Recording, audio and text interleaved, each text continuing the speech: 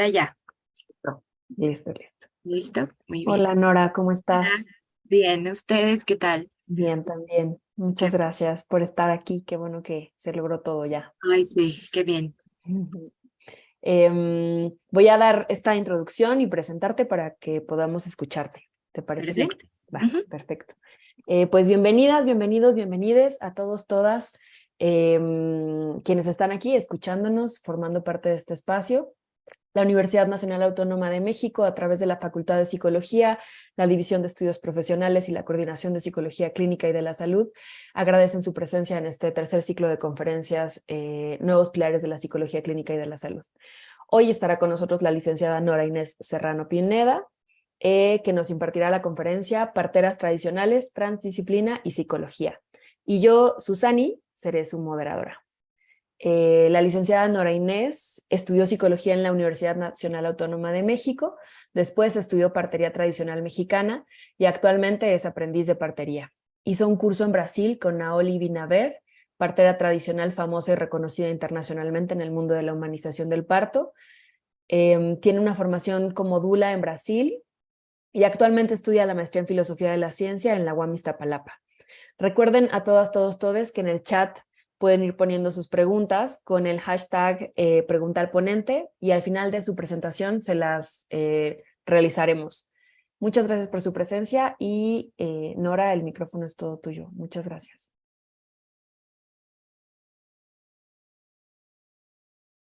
Perfecto. Muchas gracias. Pues, hola, buenas tardes. ¿Me escuchan bien? Solo para tener certeza de eso. Bueno, pues voy a presentar ahora con ustedes lo que fue parte de mi licenciatura, mi tesis de licenciatura que hice con el profesor Ricardo Trujillo y justo pues el título es La experiencia del parto con parteras tradicionales mexicanas desde una visión transdisciplinaria. ¿Pueden cambiar, por favor? Bueno, eso ya me presentaron, eso hace parte de mi trayectoria. Siguiente, por favor.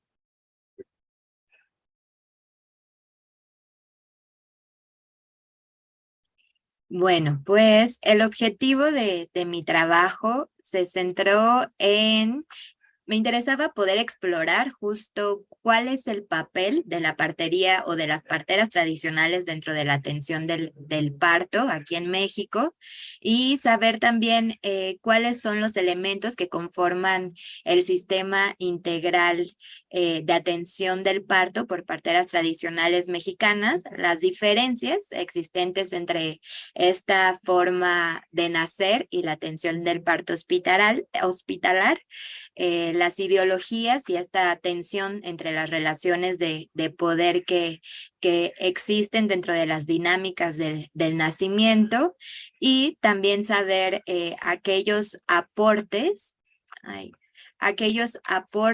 que pues hace la partería tradicional justo como un conocimiento construido dentro de nuestro país a la atención tanto de la gestación como del nacimiento.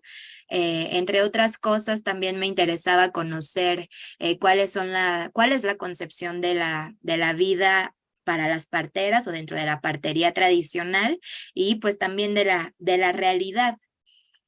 Y bueno, específicamente como mi objetivo más general fue conocer las prácticas semiótico-discursivas en la experiencia del parto con las parteras tradicionales mexicanas a partir de un mapa interactivo que en un momento se los voy a mostrar.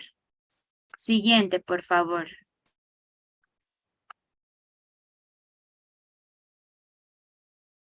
Bueno, pues este es el mapa interactivo que existe aquí en México y este mapa interactivo surgió de dos antropólogas que estudiaron en la ENA, aquí en la Escuela Nacional de Antropología e Historia, y fue conformando a lo largo del tiempo de algunas entrevistas que estas mismas antropólogas realizaron en diferentes estados de la República y justo su intención o el interés de estas antropólogas era preservar el conocimiento que poseen las parteras para poder también así preservar la vida de las mujeres y sus bebés, así como mostrar las dificultades actuales por las cuales están pasando las parteras en el desarrollo de su labor.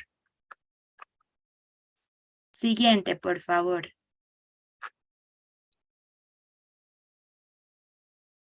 Bueno, pues esto es un poco más. Muestra una parte de este mapa interactivo que está creado o conformado por unos microrrelatos de vida, que fue justo este material principal que yo colecté para el análisis, también fotorrelatos de cada partera, audios, porque se hicieron entrevistas muy largas y con algunos casos de parteras tradicionales se hicieron incluso podcast y un herbario. Esto quiere decir como todas las recetas que las parteras tradicionales tienen para, por ejemplo, no sé, alivio de cólicos en la menstruación, para poder adelantar o más bien si el trabajo de parto se separa, no se sigue desarrollando, como con ciertas plantas se puede como de nuevo desencadenar este trabajo de parto y demás. Siguiente, por favor.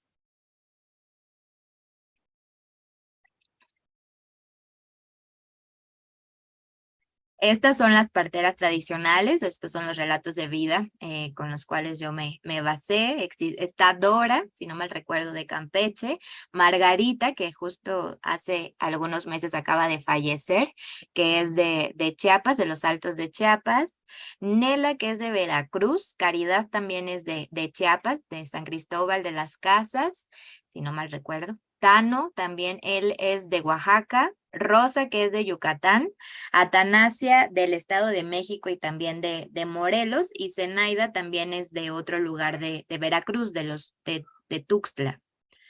Siguiente, por favor.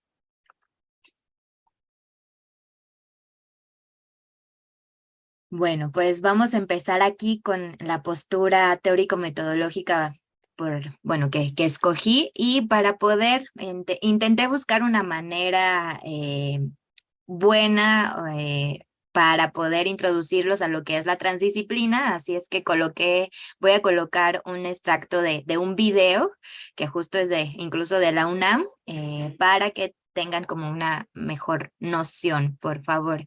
Es del segundo 50 al minuto 2:30, por favor. Solamente le das clic aquí a la postura metodológica y aparece el video.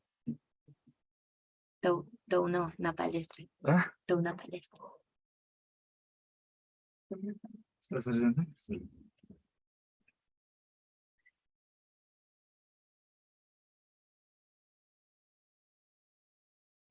Ahí voy porque como son imágenes, o lo compartes tú, Nora. Está apagado tu micro, Nora. Sí, dame un segundo, un segundo. Yo lo tengo aquí si quieres. Sí. ¿Ya lo tienes? Sí. Sí, ok. Entonces, mucho mejor. Tú me dices. Ok, sí. Entonces va para allá. Gracias. Yo no sé faulo portugués. Ahí va.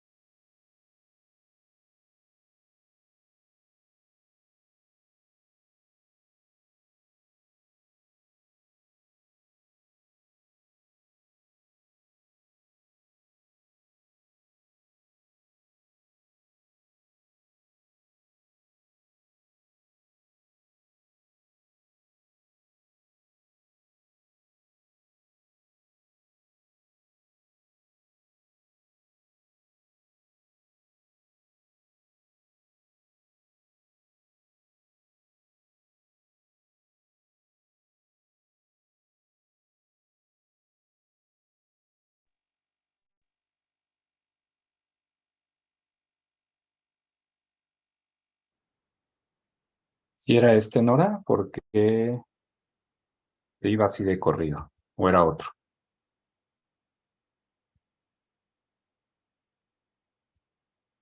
Es otro, te lo paso ahorita por WhatsApp, dame un segundo. Ok. O si lo tenían ahí para presentar, igual, para compartirlo.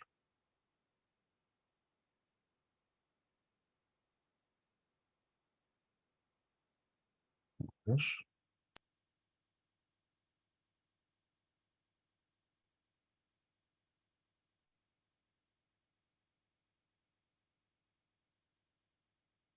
Ya lo tengo aquí, entonces lo comparto. Va. Ah,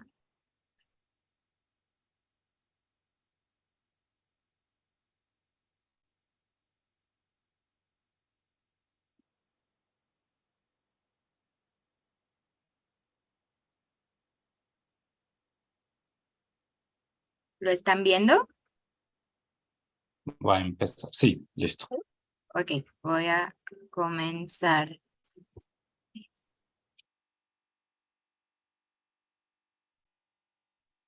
La transdisciplinariedad ya tiene una larga historia. La palabra misma fue acuñada en 1970 por Jean Piaget, pero el sentido solo fue aclarado en 1985, cuando Basarab Nicolescu elaboró los pilares de la transdisciplinariedad. En 1987 fue fundado en París el Centro Internacional de Investigaciones y Estudios Transdisciplinarios. La transdisciplinariedad es el proceso que permite la aparición de nuevos campos del conocimiento a partir del diálogo de disciplinas. Todo intento de reducir al ser humano a una definición y de disolverlo en estructuras formales, cualesquiera que sean estas, es complementaria de la aproximación disciplinar. Hace surgir de la confrontación de disciplinas nuevas variables que la ofrece una nueva visión de la naturaleza y de la realidad. No persigue el dominio de varias disciplinas, sino la apertura de todas ellas a aquello que las atraviesa y las supera. La visión es decididamente abierta en la medida en que sobrepasa el ámbito de las ciencias exactas mediante su diálogo y su reconciliación, no solo con las ciencias humanas, sino también con el arte, la literatura, la poesía y la experiencia interior. La transdisciplinariedad no constituye ni una nueva religión, ni una nueva filosofía, ni una nueva metafísica, ni una ciencia de las ciencias. Querida Juli. Listo, es esa parte la que les quería compartir. Voy a dejar de compartir pantalla. Listo. Julieta, nos da muchísimo gusto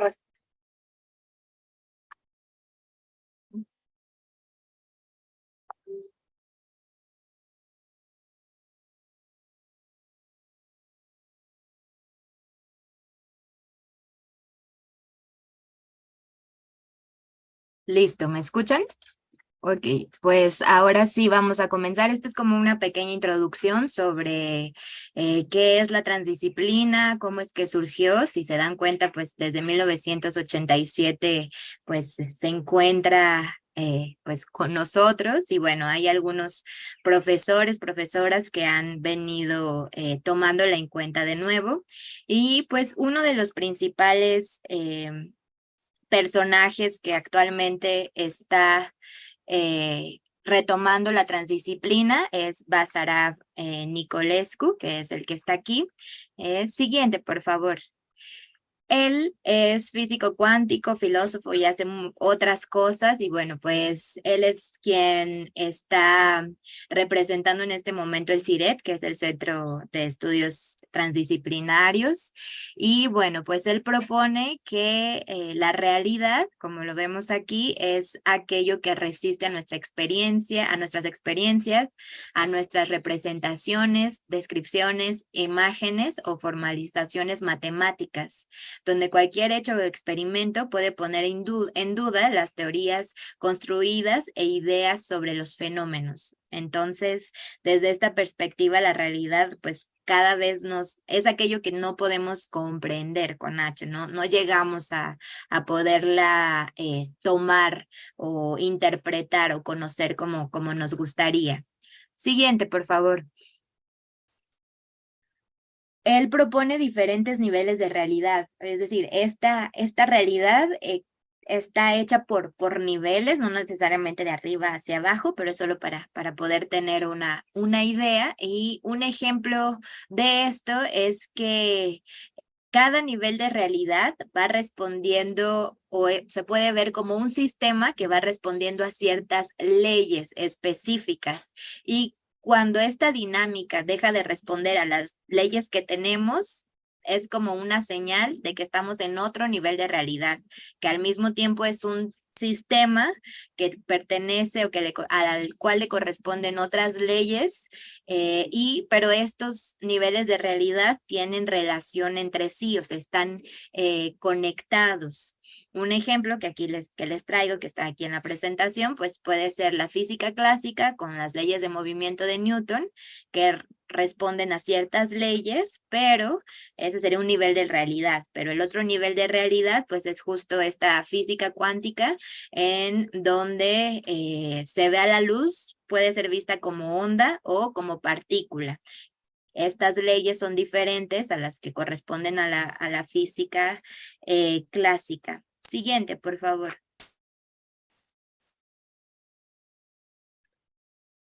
Para Basarab, desde esta propuesta, existen 3 niveles fundamentales, o sea, como que son la base de la constitución de la realidad. El primero corresponde, bueno, no hay un primero o un segundo, solamente están coexistiendo. Es el de la microfísica, aquel nivel de realidad que corresponde a lo biológico y a los fenómenos psíquicos, y existe otro nivel de realidad que corresponde a todo lo social, a las experiencias filosóficas y religiosas. Próximo, por favor. Estos niveles de realidad, como que la dinámica o la interacción entre ellos corresponde a lo que se conoce como la lógica del tercero incluido. ¿Esto qué quiere decir? Esta lógica del tercer incluido tiene 3 axiomas o 3 ideas principales. El primer axioma es el de la identidad. Aquellos, si recuerdan sus clases de lógica, donde A es igual a A. No hay de otra. El de la no contradicción, es decir, que A, por decirlo así, no puede ser A al mismo tiempo. Y el tercero incluido es aquello donde A no puede ser su contrario al mismo tiempo. Esto se retoma, siguiente por favor. Esto se retoma con la física cuántica, con diversos experimentos que han encontrado, donde sí existe un nivel de realidad en donde la A puede ser A y su contrario al mismo tiempo. Y bueno, aquí traigo una especie de pues imagen. Por ejemplo, aquí tenemos del lado izquierdo al objeto de la realidad y del lado derecho al sujeto de la realidad. Y si se dan cuenta, como que estos triangulitos corresponden a los niveles que les acabo de mencionar. El nivel político, por ejemplo, del lado derecho, el nivel social e histórico, y también pues esta subjetividad que tenemos o individualidad. Y del lado izquierdo, pues está todo lo que tiene que ver con el planeta Tierra, con lo cósmico, la cuestión económico y pues todo lo que acontece en la naturaleza alrededor, como lo podemos percibir como un ecosistema. Y aquí, esta postura del tercero incluido, en donde A y no A no hay manera de que puedan existir al mismo tiempo, aquí se incluyen, que es esta cruz que está en el centro, como conectando tanto al objeto y al sujeto. Y esto Basarab, siguiente, por favor, incluso le llega a llamar aquello que es sagrado, que puede ser una experiencia que a su vez es traducida por un sentimiento, de eso que une los seres y las cosas, y como consecuencia induce en lo más recóndito del ser humano el respeto absoluto de las alteridades unidas por la vida común sobre una sola y misma tierra. O sea, esto tercero oculto, incluso por eso es su nombre, porque como humanidad hasta la fecha seguimos teniendo como ciertos vacíos de no saber qué es lo que está aconteciendo ahí, pero que no entendamos esta dinámica no quiere decir que no exista. Y este ejemplo que les decía hace rato de que la luz se comporta como onda y como partícula, al menos cuando iba ahí en la preparatoria y aprendí esto, justo se decía eso, que la luz puede ser o partícula u onda, pero actualmente ya hay estudios en donde en realidad bueno, ya descubrieron que la luz se comporta como onda y como partícula al mismo tiempo. Entonces, son investigaciones que están avanzando. Próxima, por favor.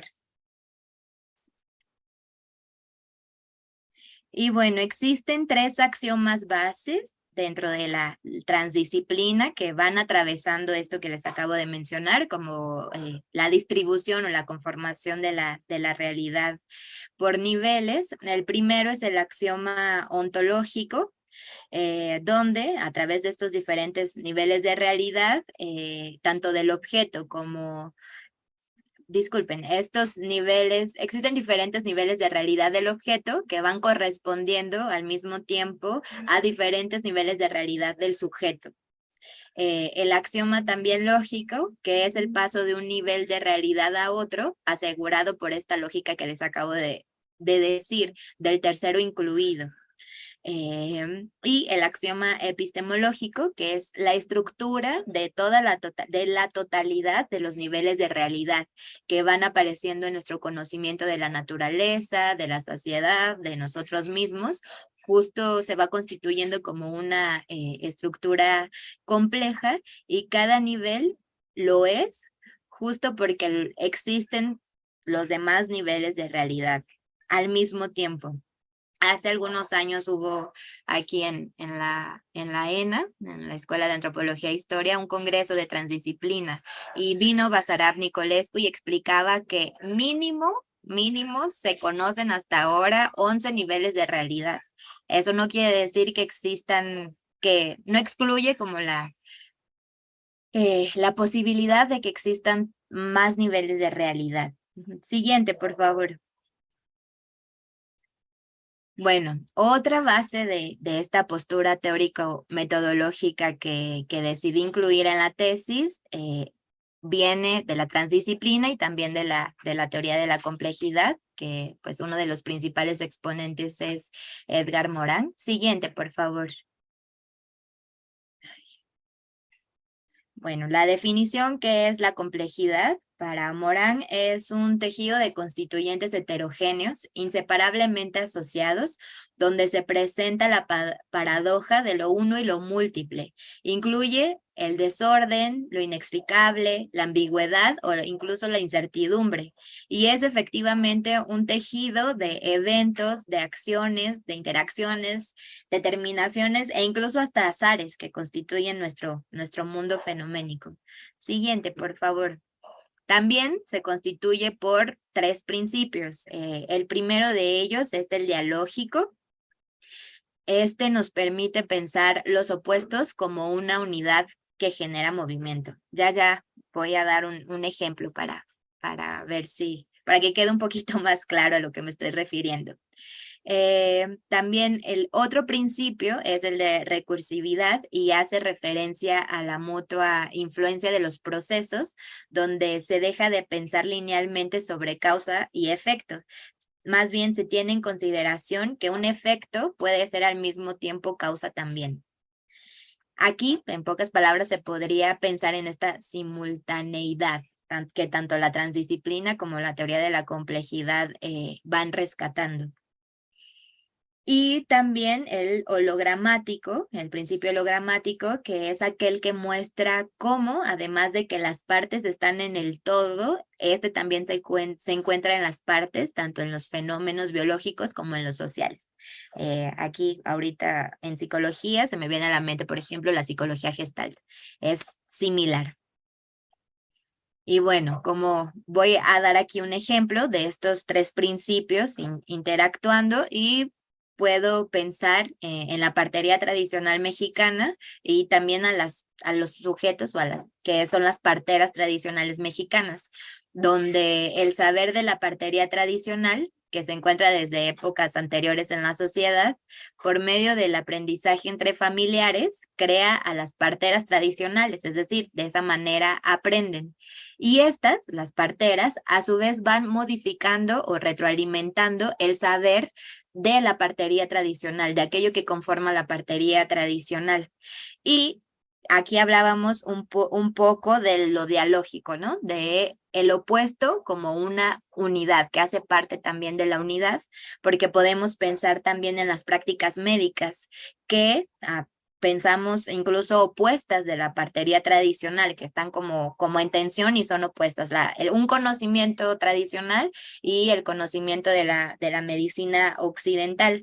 Pero en realidad estas prácticas médicas, muchas parteras las conocen, las saben. Un ejemplo, no sé, cómo poder atender una hemorragia, cómo poder suturar en caso de desgarre cuando existe el parto, colocar suero, oxígeno, más cosas. Y estas prácticas médicas que las parteras van aprendiendo,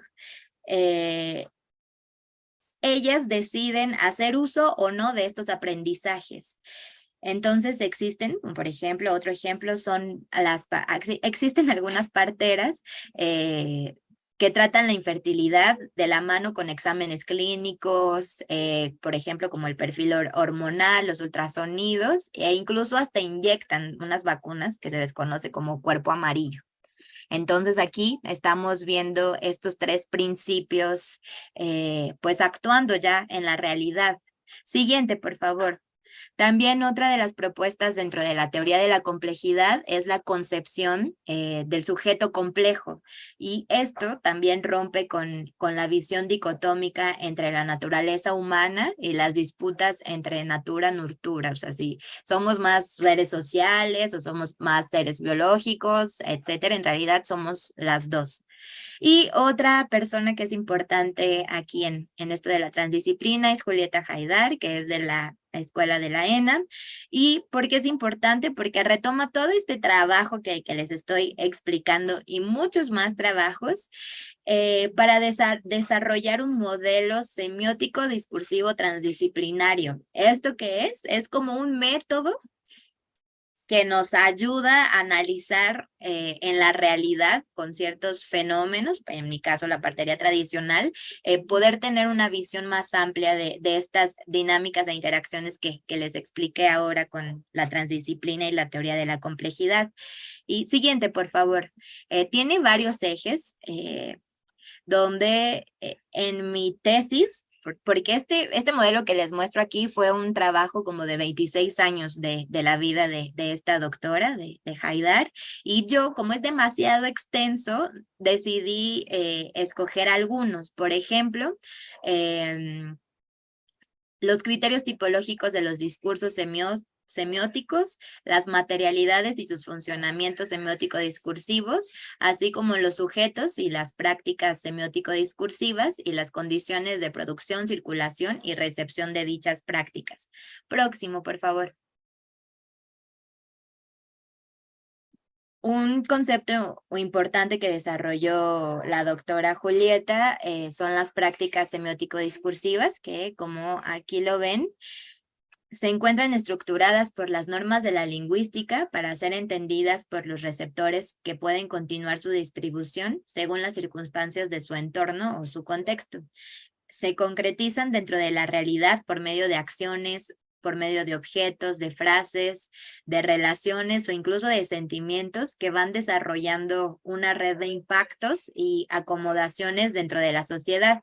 Y estos ensamblajes, junto con esas concretizaciones, van generando una continuidad o no dentro de la sociedad, transmitiendo una red de sentidos, de símbolos e incluso de rituales regulados, a su vez por las instituciones hegemónicas y no hegemónicas. Siguiente, por favor. También otra base de mi trabajo y también del trabajo de Julieta es la decolonialidad. Y esta perspectiva me sirvió desarrollar el segundo capítulo de mi tesis, que aborda la historia del nacimiento. Siguiente, por favor. Y me permitió reconocer, aquí es así como un resumen de la historia del nacimiento, que la mujer tenía antes un conocimiento y autonomía del cuidado de la salud, no solo del cuidado propio, sino de la comunidad, ¿no? Así del cuerpo, no solamente era un cuidado entre mujeres, sino era la mujer, por ejemplo, médico tradicional que podía atender o veía por la salud también de los hombres, de los niños, de las niñas y también de las mujeres. Pero con el paso de la historia hubo una fragmentación del conocimiento. Vinieron la instauración de las universidades y también la validación del conocimiento europeo con esto de la conquista. Y de aquí esto derivó a una denigración y una muerte social, principalmente de la mujer y de todas las actividades que ella tenía en determinadas sociedades. Y pues una de las actividades que tenía o de los roles pues era del cuidado de la salud comunitaria. Con esto, ya una historia más reciente, pues dio paso o sentó las bases para la medicalización del nacimiento, que en realidad aquí yo utilicé los aportes de Iván Illich, que habla sobre la medicalización de la vida incluso, ¿no? De ahí pues habla, por ejemplo, de la medicalización de la vejez, pero pues ahora nos damos cuenta que la sociedad es medicalizada incluso desde antes del nacimiento, en el embarazo. También con esto se llevó la exclusividad del médico al hospital, el no protagonismo de las mujeres, muchas prácticas de cesáreas innecesarias dentro de dichos hospitales y que lo máximo de violencia que podemos encontrar en el tema de la gestación y del nacimiento, que es la violencia obstétrica actualmente.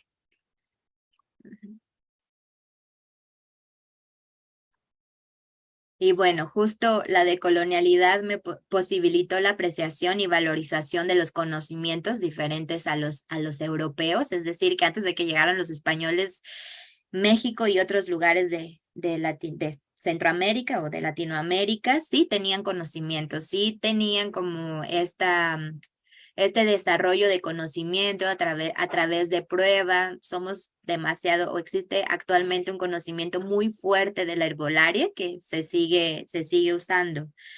Y bueno, pues en este caso me apoyó para dar cuenta que la partería tradicional mexicana configura pues posibilidades muy diferentes de existir, de ser y de saber.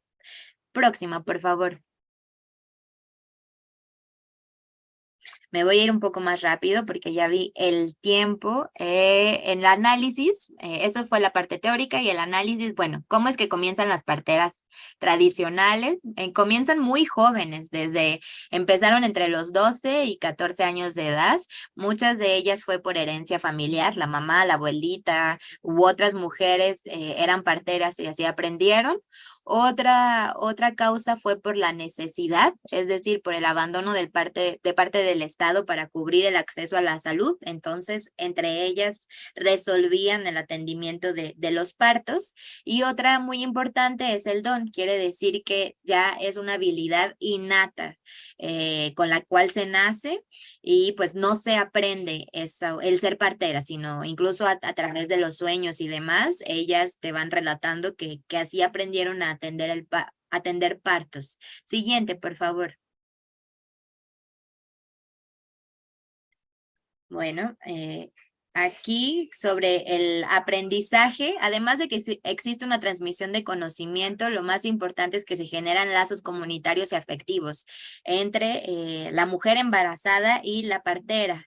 ¿Y esto por qué? Pues porque comúnmente forman parte de la misma comunidad y la partera muchas veces incluso atendió el parto de la mujer que ahora está embarazada. Entonces se van tejiendo estos lazos comunitarios que tienen un impacto individual, es decir, como en el aspecto emocional de la mujer que en ese momento está embarazada, pero al mismo tiempo en lo colectivo. Siguiente, por favor.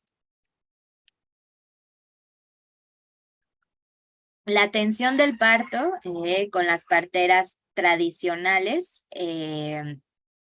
tienen muchas dimensiones, por llamarlo así. Abordan el nivel emocional, abordan la situación incluso hasta energética dentro de la atención del parto, es decir, por ejemplo, hacen ciertas limpias del espacio o incluso de la mujer misma para liberar como tensión energética. Próximo, por favor.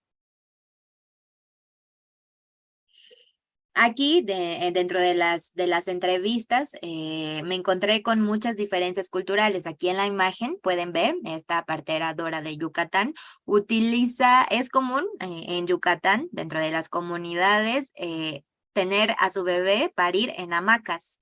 A diferencia de Tano, que también es un hombre partero, que él, dentro de donde vive, en Oaxaca, se acostumbraba parir en temazcal. Próximo, por favor.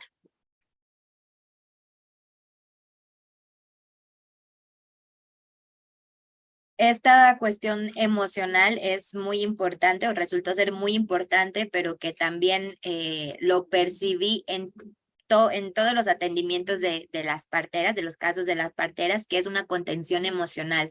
No sé si en algún momento han escuchado, por ejemplo, del uso del rebozo y un ejemplo particular es cuando en el posparto se utiliza el rebozo para cerrar la cadera, que en realidad se cierran como diferentes partes del cuerpo y esto en la práctica tiene una contención emocional enorme en las mujeres embarazadas, que al mismo tiempo también tienen un papel fisiológico, porque pues sí, literalmente cuando tú vas a parir, tu cuerpo se abre, hay una hormona que se llama relaxina y esta hormona hace que todas tus articulaciones y tus huesos y demás queden más flojos, por decirlo así, para que justo el parto sea más fácil, porque en la cadera, en la pelvis hay un huesito que se llama coxis, es como la cola del mono que decimos, ese literalmente se mueve completamente, entonces hormonalmente se hacen tus huesos y tus articulaciones más flexibles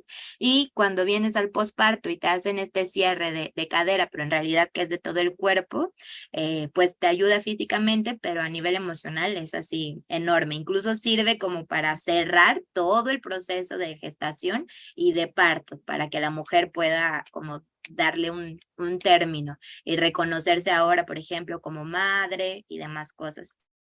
Siguiente, por favor. Bueno, aquí sobre los aparatos ideológicos que forman parte de este modelo, pues nos damos cuenta que existe, por un lado, del lado derecho, el aparato hegemónico, que es toda esta estructura institucional del Estado, que tiene que ver con la salud, pero al mismo tiempo con la educación, con las universidades y demás, y que a su vez ellos van transformando y colocando las leyes y las normas que van legitimizando una forma de nacer en la sociedad. Y por el otro lado existen los aparatos no hegemónicos, que es la medicina tradicional, con diversos colectivos y redes que son conformados por parteras, por médicos tradicionales, curanderos, incluso ahora por médicos, enfermeras y obstetras y demás, y también investigadores de áreas diversas. Pero se van uniendo por medio de un curso de capacitación que es como una obligación o una norma por parte del Estado, que todas las parteras tradicionales de México necesitan hacer estos cursos de atención obstétrica, por ejemplo. Pero en realidad esto está como, siguiente, por favor, rompiendo como con la manera de atender el parto de las parteras tradicionales e incluso llegan amenazas de que las van a meter a la cárcel, etcétera, y pues bueno, prefieren ellas abandonar su labor. Aumenta la violencia obstétrica dentro de los hospitales y hay muertes maternas y neonatales en diferentes comunidades donde justo les decía hace rato que pues los médicos, la medicina, incluso no hay ni siquiera hospitales, o sea, no llegan a esos lugares y por lo tanto hay muertes maternas, porque ya las parteras, por decirlo así, no meten la mano por miedo a que estas amenazas que reciben de diferentes representantes del sistema de salud, pues que se haga realidad. Pero al mismo tiempo hay una resistencia también de diferentes organismos, como esta es la OMIECH, que forma parte, está en Chiapas, la Organización de Médicos Indígenas del Estado de Chiapas, que muy curiosamente desde hace 38 años se opusieron a estas capacitaciones por parte del Estado, y ellos comenzaron a organizarse para hacer talleres planeados y demás, que tuviera una coherencia cultural con aquello que ellos van desarrollando para seguirse capacitando y compartiendo formas de resolver situaciones y siempre en un diálogo como horizontal. Y bueno, existen muchos otros colectivos demasiado interesantes que están haciendo esta resistencia. Y siguiente, por favor. Por último, las conclusiones, así rapidísimo. Rescato 4. Una de ellas es esta unidad múltiple, que lo que se aprecia a través de estas historias de las parteras Itano es una partería tradicional poscolombina, es decir, cuenta sí con raíces prehispánicas, pero también es una mezcla de los conocimientos de momentos históricos diferentes como la partería europea, la africana y actualmente los conocimientos obstétricos. Así, un ejemplo rápido es que dentro de las plantas que se utilizan, el laurel y el romero no son mexicanas, o sea, eso las parteras lo usan por esta partería europea que hubo. ¿Qué más? Y también aquí en esta unidad múltiple hablábamos de la unidad y la diversidad unidas. La unidad es lo que conocemos como partería tradicional mexicana, pero la diversidad es que existe dentro de esta partería tradicional mexicana muchos tipos de parterías. ¿Por qué? Porque las parteras utilizan diferentes formas, utilizan diferentes hierbas, unos usan la maca, otros el temazcal, algunos usan el rebozo para poder acomodar al bebé, otros soban. Entonces hay muchas diferencias dentro de la misma partería tradicional mexicana. Siguiente, por favor. También considero que las parteras o la partería tradicional crea un modelo de atención integral y continuo porque abarca diferentes etapas del ciclo reproductivo a lo largo de su vida. Por ejemplo, en esta imagen la podemos ver que abarca, por ejemplo, la menstruación, el inicio de la menstruación, que en caso de tener, no sé, algún problema, quistes y demás, ellas también saben cómo resolver. Abarca la gestación, todo el embarazo, abarca el nacimiento, abarca la menopausia e incluso la anticoncepción, o sea, en caso de no quererte embarazar, ¿qué hacer? Y también problemas de infertilidad o incluso de interrupciones del embarazo, ¿no? Entonces, en pocas palabras, este modelo de atención integral abarca todo el ciclo reproductivo de la mujer. Y lo hacen contemplando el nivel de realidad de lo biológico junto con los fenómenos psíquicos, o sea, toda la parte emocional, el aspecto social, el energético e incluso aquellas experiencias filosóficas y religiosas. Y bueno, pues de esta manera se crea la unidad compleja, disculpen. Y bueno, eso, la próxima, por favor. Aquí, estos son los niveles que acabo de abordar. Siguiente, por favor. Otra conclusión importante justo es la concepción del ser humano, tanto de la mujer gestante como incluso del bebé y de sí mismas que tienen las parteras tradicionales. Esta concepción es de carácter complejo porque incluyen la dimensión física, la dimensión sociocultural, la psicológica, la espiritual, cuya relación se evidencia en sus prácticas semiótico-discursivas dentro de su labor como parteras, así como en su vida cotidiana, así como en su vida cotidiana. Eso es, ahí me equivoqué en la presentación. Y bueno, pues en realidad es eso por ahora. Sí, creo que es eso, nada más. Listo.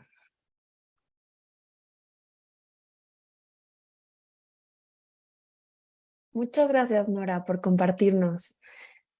Ahora quiero compartirte varias preguntas que han hecho en el chat. Hay unas muy interesantes y yo también tengo otras y voy a aprovechar para colarme ahí. Primero, arrancar con un comentario. Dice el comentario: desde mi punto de vista, considero a la partería tradicional como integral y usted me lo confirma. Y entonces voy a aprovechar que tengo el micrófono para arrancar con una pregunta mía.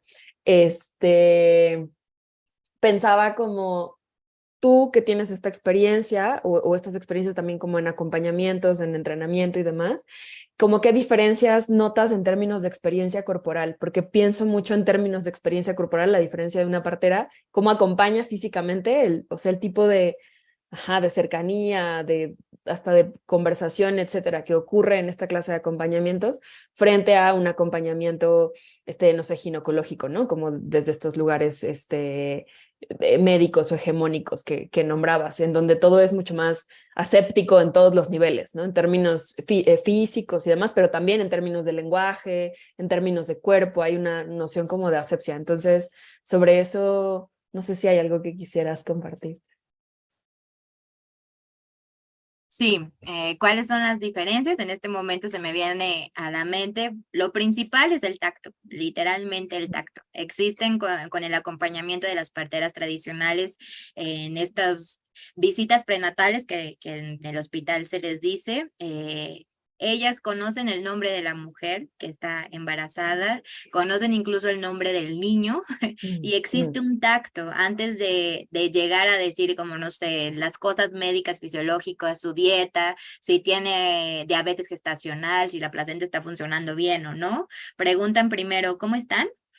Las escuchan así todo lo que quieran decir, aunque no tenga que ver nada más con lo físico. Y en segundo lugar, sí existe como una exploración del tacto con las manos para ver cómo está el bebé, y existe también un momento, como yo le digo, de apapacho, porque dependiendo de las mujeres, claro que las mujeres son diferentes, no existe como un protocolo de atención tan cerrado.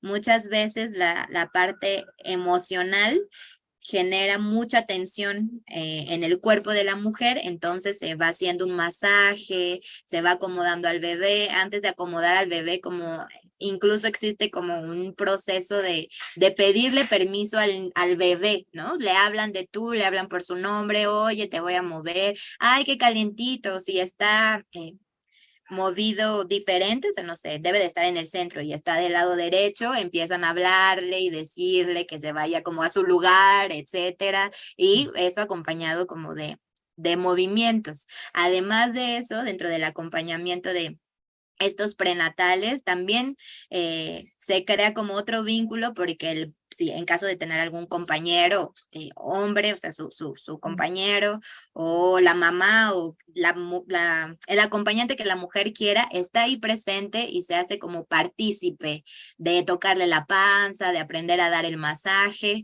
O sea, existe para empezar un tacto, una mirada a los ojos y un reconocimiento de esa persona por su nombre, y se da un espacio incluso para aquello emocional.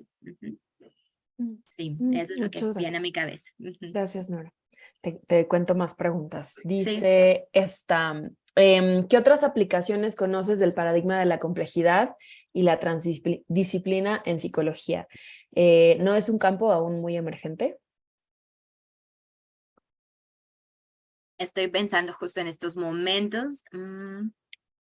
Creo que sí es un campo emergente. De hecho, un poco sufrí cuando quería hacer la tesis porque tenía ahí algunas opciones de profesores que quisiera que me acompañaran y me dijeron como no, la teoría de la complejidad no se aplica y al final platiqué con Ricardo Trujillo y fue él quien me dijo como mira, yo te apoyo, pero vete a la ENA porque aquí no hay como un espacio abierto. Entonces, específicamente sobre psicología, no se me viene algo en este momento a la mente, pero sí existen trabajos transdisciplinarios. Por ejemplo, en la ENA conocí a un antropólogo que trabajaba todo el proceso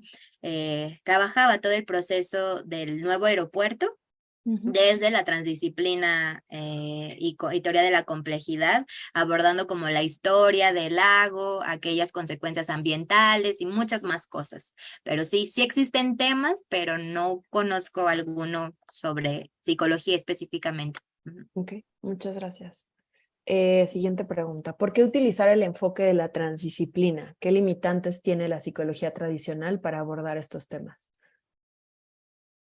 La principal dificultad que me encontré con este tema del nacimiento era que si quería abordar esto con las parteras tradicionales, tenía que hablar únicamente de la parte emocional o psicológica o incluso hasta fisiológica, pero se quedaba un poco fuera todo el contexto social e histórico, se quedaba fuera como estas diferentes perspectivas. Nosotros tenemos como psicólogos como una concepción del sujeto, ¿no? Pero pienso que se queda muchas veces muy limitada y esta perspectiva o este abordaje de la teoría de la complejidad, por ejemplo, me apoya a darle como una mayor forma y rescatar incluso hasta el aspecto espiritual y energético que las parteras tradicionales también acompañan.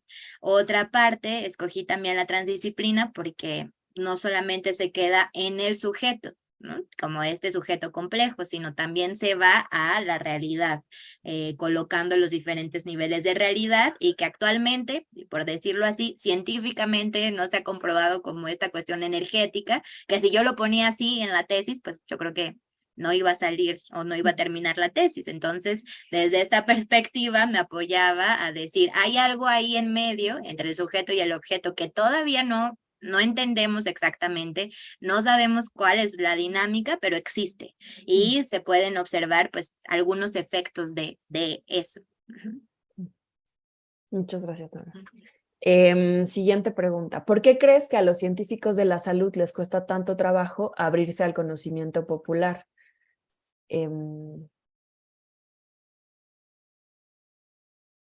Pienso que pues como la mayoría de nosotros, y es que estamos estudiando ahí en la facultad, pues llevamos como todo un proceso de educación en donde va existiendo esta separación de aquello científico, de lo que aprendemos en la universidad y que es lo único verdadero prácticamente, y aquello que un ejemplo, mi abuelita u otras personas que no tienen estudios o que incluso son hasta analfabetas, pues pensamos que no sirve o no es un conocimiento válido. Y con esto no quiero decir también que no me pongo también de ese lado, que todo lo que hacen las parteras tradicionales y todo lo que existe dentro de la medicina tradicional es válido, no. Existe también esta retroalimentación dentro de las mismas prácticas de saber aquello que sí tiene un efecto y aquello que, no sé, en algunos momentos pudiera ser solamente una práctica que se va heredando y heredando, ¿no? Sí. Sí, ahí quería también colarme otra vez con otra pregunta, como tú como qué opinas y cómo observas. Siento que existe, justo lo nombrabas tú cuando hablabas de este aparato hegemónico y no hegemónico, pero los ponías como en horizontal. Y yo tengo esta impresión de que más bien es una relación vertical en donde el aparato hegemónico se acerca, por ejemplo, a las parteras tradicionales y les dice que tienen que capacitarse de ciertas formas, pero siempre desde esta lógica vertical de necesitan saber esto para formar parte de, y aún así no forman parte, ¿no? Ni de la profesionalización, o sea, esto no las profesionaliza, ni las hace parte de un saber médico, sino simplemente las deja como limitadas, pero con una especie de permiso para formar parte de. No sé si me expliqué en mi pregunta, pero ¿qué opinas de eso? Sí, sí te explicaste. Y es justo lo que, así, eso sucede, no están en un nivel horizontal. De hecho, la decolonialidad no profundicé más, pero la decolonialidad la utilicé también para eso, para darle como más valía a aquellos conocimientos ancestrales y que incluso actualmente en realidad eso se hace para tener un control de las parteras tradicionales, no es para hacerlas parte, no es para apoyar en el proceso de desarrollo y dar una mejor atención a la mujer, ¿no? En realidad es para control e incluso, o sea, sí, hegemónicamente e institucionalmente hay todo un proceso de desaparición de la partería tradicional. En septiembre del año pasado, en la mañanera con Gatell, anunció que había un proyecto de norma para la partería tradicional, comunitaria y la partería profesional. Y bueno, pues hay alguna organización de la que también formo parte de esta red mexicana de médicos y parteras tradicionales, pues está en desacuerdo completamente con esta norma y con el paso del tiempo hemos venido como organizándonos más porque incluso es algo inconstitucional, porque la partería tradicional es un conocimiento, sí, ancestral, pero que también forma parte de los derechos culturales incluso. Entonces, esta norma que actualmente todavía está aconteciendo y con muchas cosas que no, o sea, nos dicen que hay una norma y que ya hay un borrador de norma, pero no se nos muestra o las parteras tradicionales no son incluidas en ese proyecto de norma, que debe de haber como toda una consulta previa a esa norma, además. Entonces, hace poco, el 25-26 de marzo, hubo de hecho un foro de la partería tradicional en la ENA para apoyar como visibilizar primero que está aconteciendo este proyecto de norma y que no está siguiendo ninguno de los pasos que se deben de seguir para eso. Entonces, es un ejemplo más del control, ¿no? Y es un proyecto para normar la partería tradicional, pero de la cual las parteras tradicionales no están haciendo parte, ¿no? Entonces, viene completamente del sistema. Y que termina siendo como una especie de borramiento. Y también pensaba perdón, pero es que pero por un lado como se convierte en una especie de borramiento y por otro lado tengo esta impresión de que acercarlas es también extraer saberes desde ahí para después otra vez, ¿no? Borrar esos saberes y hacerlos parte de esta otra lógica hegemónica. Sí, completamente. Siguiente pregunta. Si quiero entrar a estudiar este enfoque, ¿por dónde debo empezar? Pregúntale a Ricardo, ¿no? Lo primero, pues pienso, hay un libro pequeño, en realidad es el manifiesto de la transdisciplinariedad, que es de Basarab Nicolescu, si no mal recuerdo el año es de 1994, y es un texto muy pequeño en el cual te va como hablando sobre ciertos puntos muy importantes de la transdisciplina. Todos los libros de Edgar Morin también apoyan mucho. Esos pienso que pueden ser los primeros pasos y también como yendo a la par de algunos ejemplos, o sea, buscando algunas investigaciones justo para que tengan que ver también con los intereses, o por ejemplo de la persona que preguntó, justo para poder hacer como relaciones entre eso que se dice y lo que se está viendo, ¿no? Para poderlo aterrizar.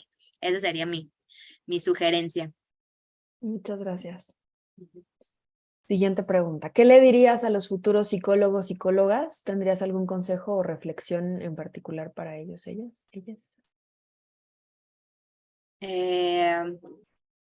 Pues en realidad creo que voy a ser muy general, pero bueno, yo sí batallé un poco con estos temas, como que siempre me salía de la línea de la facultad y pues muchas veces era no silenciada, porque no tampoco era eso, pero bueno, era como rechazada o ignorada, pero como que había ahí algo en mí que me hacía continuar. Entonces, como la sugerencia es, si en algún momento como parece que no encuentre como un apoyo o un camino para seguir sobre la psicología, porque, o sea, actualmente acompaño a mujeres embarazadas, sí como aprendiz de partera, pero también hay como cursos prenatales, por decirlo así, y donde empiezo a tomar partes de la psicología para poder, por ejemplo, trabajar el miedo, el miedo al dolor y más cosas, ¿no? Entonces, sí continúo dentro de la psicología, pero con un panorama más amplio, ¿no? Incluso ahora estoy como haciendo una formación de psicoanálisis, que también dentro de la academia no es tan bien vista, pero bueno, allá en Brasil he visto trabajos como demasiado interesantes sobre el nacimiento y esto. Ujú. Gracias, Nora. Siguiente pregunta. Dice, ¿podrías extender con un ejemplo cómo el sujeto complejo supera la dicotomía nacer-hacerse? ¿Puedes repetir cómo el sujeto complejo supera la dicotomía ¿Nacer o hacerse? nacer o hacerse? En realidad es una dicotomía.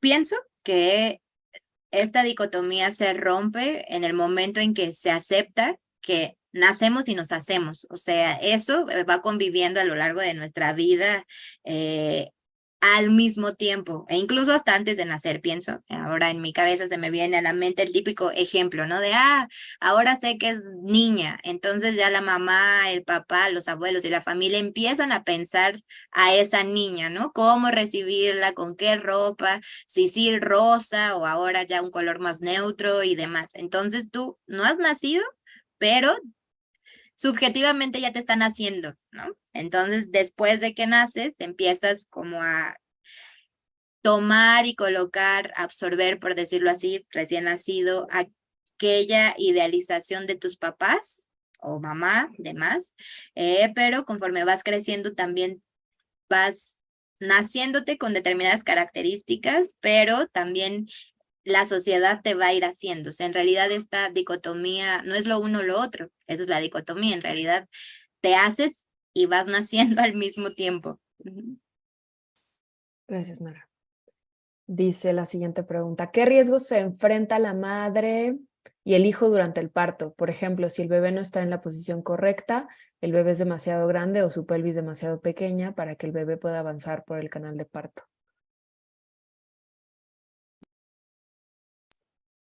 Está apagado tu micro.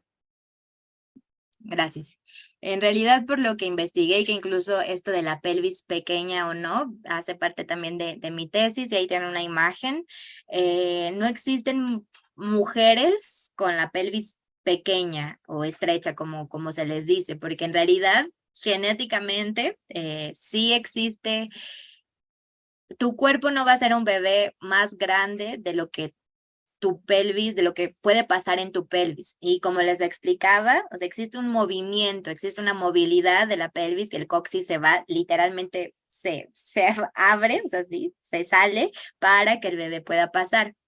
Lo que sí acontece es que muchas veces existe un bebé macrosómico. Esto quiere decir que el bebé es mucho mayor, pero ¿por qué es mayor? Porque tomó más glucosa de lo que debería. Entonces, dentro de la atención prenatal, se hacen ciertos estudios, la curva de diabetes y demás cosas para detectar esto y poder, por ejemplo, que la mujer haga ejercicio, que coma determinadas cosas para que el bebé comience no siga creciendo y así se pueda producir el parto natural. Pero existe sí un trabajo desde la prevención. No nos vamos, por ejemplo, la preeclampsia o algunas situaciones que sí son de riesgo. Hasta cierto, nosotros como parteras tradicionales tenemos un límite. No vamos a llegar a tener ese riesgo, no vamos a poner a la mujer y al bebé en riesgo para poder actuar, sino existen ciertos límites que sí son ciertos protocolos médicos donde pues en realidad si necesita el hospital, lo va a tener. Hace poco acompañé, por ejemplo, a una mujer con trombofilia. Es como esta situación que tu cuerpo genera trombos. Ella lo desarrolló antes de embarazarse, entonces pues sabíamos que era un parto posiblemente de riesgo, porque sí hay partos con mujeres trombofílicas que son naturales, pero pues decidimos mejor sí tener el acompañamiento. Yo ahí entré como doula, por ejemplo, pero fue específicamente en el hospital y sí, tuvo un síndrome HELP, que es como una especie de preeclampsia. Muchas gracias. Dice la siguiente. De acuerdo a su experiencia, aún en la actualidad son reprimidas por su atención por parte del sistema de salud y el Estado. Entendí como si son actualmente reprimidas las parteras Yo también creo tradicionales. que entiendo eso, sí. Sí, completamente. Son reprimidas, son amenazadas, son muchas veces por ser incluso indígenas, son no solamente rechazadas, sino son discriminadas, ¿no? Por su labor, por ser analfabetas y demás cosas. Siguiente pregunta. ¿A qué se deben las diferencias de la atención desde la partería tradicional? ¿A qué se debe? Pues viene a mi mente, pienso que por esta cultura que nosotros tenemos y esta herencia cultural que vamos teniendo desde la época prehispánica, que había ciertas dinámicas y que actualmente con todo y la conquista y demás cosas se sigue manteniendo ciertas dinámicas intactas, ¿no? Como se pueden ver en los pueblos originarios, esta cosa famosa del itacate, donde tú asistes a una fiesta e incluso te dan de comer comida para que te lleves. O sea, existe menos individualización, ¿no? Individualidad. Y esto se va rescatando y va pues viviendo, por decirlo así, con estas prácticas de la partería tradicional y otras prácticas culturales incluso. Muchas gracias, Nora. Quedan un par de preguntas, pero quiero preguntarte cómo estás. Estoy bien. ¿Sí? Sí, Ok, sí. ok. Va. Te hago un par más de preguntas entonces. Dice, ¿qué porcentaje de mujeres asisten con parteras hoy en día? Es mínimo, pero aquí el COVID apoyó porque muchas mujeres cuando cerraron los hospitales, al menos tuve la experiencia aquí en México y en Brasil, las mujeres tenían miedo, ya cuando estaban a punto de parir, literalmente tenían miedo de acudir al hospital por contagiarse. Entonces ahí, por decirlo de una manera, se reactivaron aquellas parteras tradicionales y de hecho una cosa que aconteció aquí en México fue que muchas parteras tradicionales no solo atendían partos, sino también comenzaron a atender a personas que estaban enfermas, o sea, que se enfermaban de COVID con los remedios naturales. Sé por una partera que conocí que en Guerrero utilizaban mucho el chile, un determinado chile que no recuerdo su nombre, pero que este chile lo investigué ahí, como las propiedades, y sí tiene una sustancia que activaba como el sistema inmunológico y demás cosas. Entonces, pues el papel de las parteras como que renació, se activó e incluso atendía a personas de su comunidad con COVID. Y también por consecuencia y porque nadie sabía pues toda esta situación de la pandemia y había pues existen comunidades de verdad muy pobres en México, pues muchas parteras también murieron, ¿no? Contagiadas y por la atención que se le brinda a la comunidad.